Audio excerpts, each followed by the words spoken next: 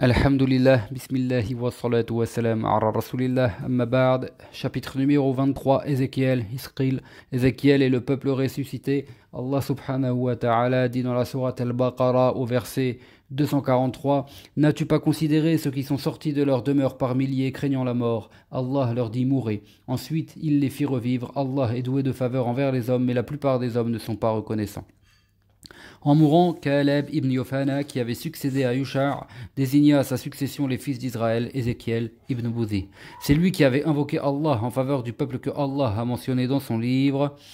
N'as-tu pas considéré ceux qui sont sortis de leur demeure par milliers craignant la mort? Donc ils avaient fui la peste, ils arrivèrent sur une vaste étendue et Allah leur dit alors: mourez. Tous moururent, puis furent entourés d'une clôture les protégeant des bêtes sauvages. Une longue période passa ainsi. C'est alors qu'Ézéchiel vint à passer là. Il s'arrêta devant eux et se mit à méditer. On lui dit: veux-tu qu'Allah les fasse revivre devant tes yeux? Oui, répondit-il. On lui dit alors d'appeler les os à s'habiller de chair, les nerfs à se joindre entre eux. Il les appela par l'ordre d'Allah subhanahu wa ta'ala, et tous se levèrent ensemble et prononcèrent d'une seule voix l'exaltation d'Allah: Allahu Akbar.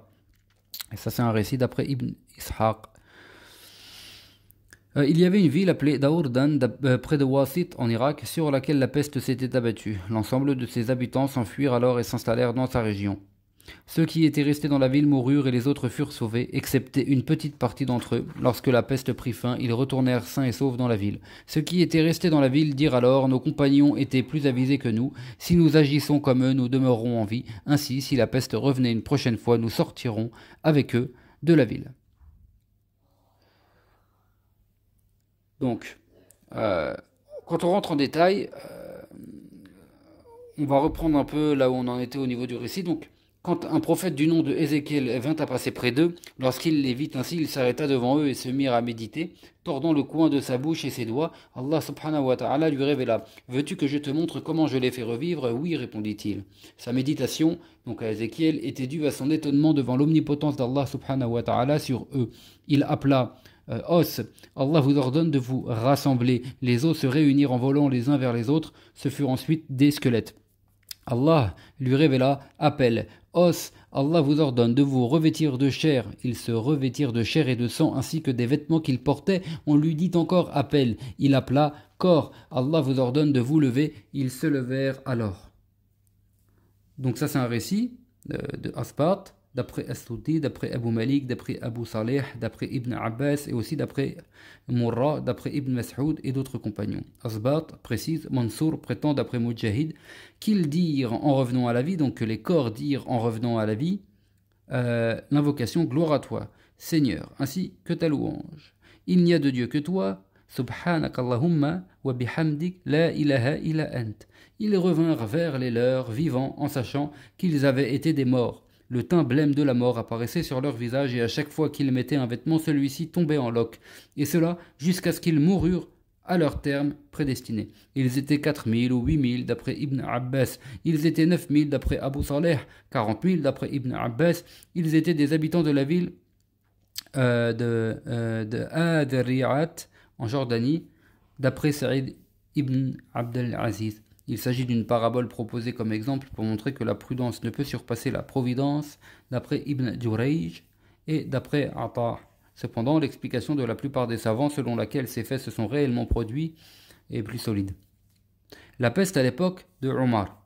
D'après Abdullah ibn Abbas, Omar ibn al-Khattab se rendit au Levant. Lorsqu'il arriva à Sar, donc au nord de Tabouk, la porte du Hijaz et l'extrémité sud des pays du Sham, les commandants des armées vinrent à sa rencontre, Abu Ubaïda ibn al-Jarrah et ses seconds.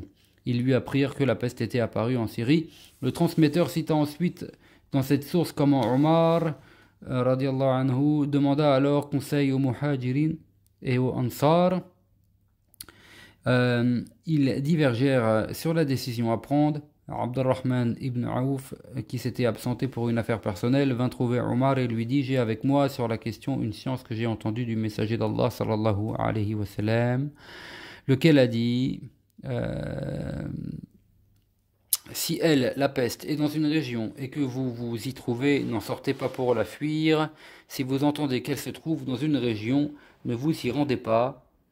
إذا كان بأرض وأنتم بها فلا تخرجوا فرارا منه وإذا سمعتم به بأرض فلا تقدموا عليه.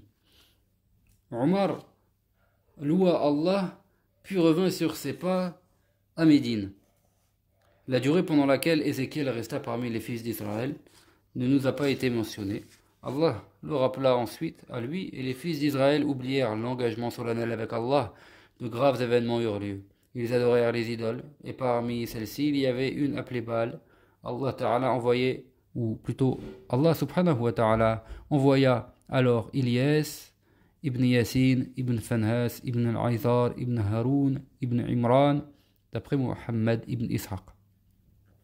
Et nous avons cité précédemment donc l'histoire d'Ilyas, suivant celle d'Al-Khadir, car le plus souvent les deux sont mentionnés ensemble. Cela tient aussi à ce qu'elle est citée dans la sourate As-Saffat, suite à l'histoire de Moussa, alayhi salam. C'est pourquoi nous avions hâté le récit d'Ilyas avant cela.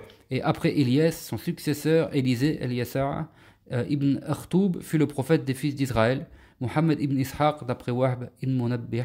Wallahu a'lam. Subhanakallahumma wa bihamdik. Ashhadu an la ilaha illa ant. Astaghfiruka wa atubu ilayk.